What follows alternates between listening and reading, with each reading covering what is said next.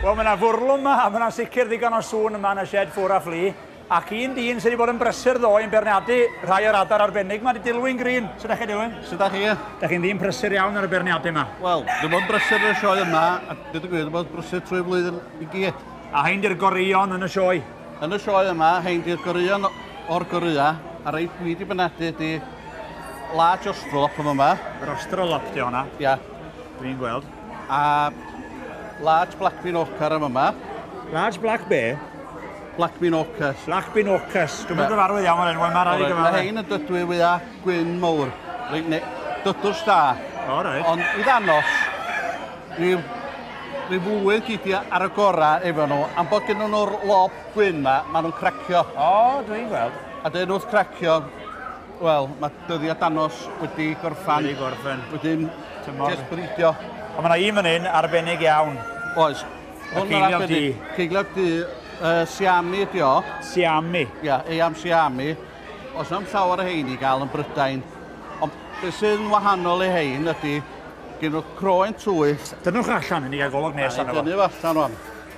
Reit, sefwch nôl bawb, allai mynd yn fler. Dwi'n gweld ti'n mynd yn fler yn hyn, ond mae'r amwyddo sioe adar yma wedi cael ei arfer i handlo gen pobl. Se fi dda, ge droi o rawn, dwi'n eisiau'r pen yna. Yna well iawn. Ni. Reit, A chi. Cymer bwyll. Iawn te. Be sy'n mor arbennig am hwn? Grib twyll, a hefyd, dwi'n licio'r serrations 1, 2, 3, 4, maen nhw'n lyflu fyna.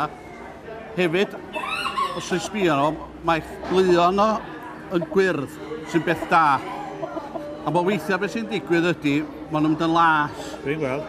So di hynna da'n byd. A sy'n ni sbio ni groen o, mae o'n bach yn dwyll. O, ie. A dyn, o'r unig bryd arall efo croen twyll fel la ydy silkis gwyn. Ach, silkis, da chi'n arbenigon nhw? Silkis ydw i'n arbenigo ers 1974.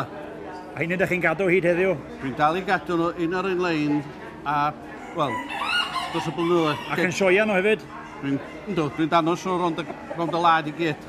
Gael llwyddiant? Wel, dros yr amser dwi wedi gadw man o llwyddiant.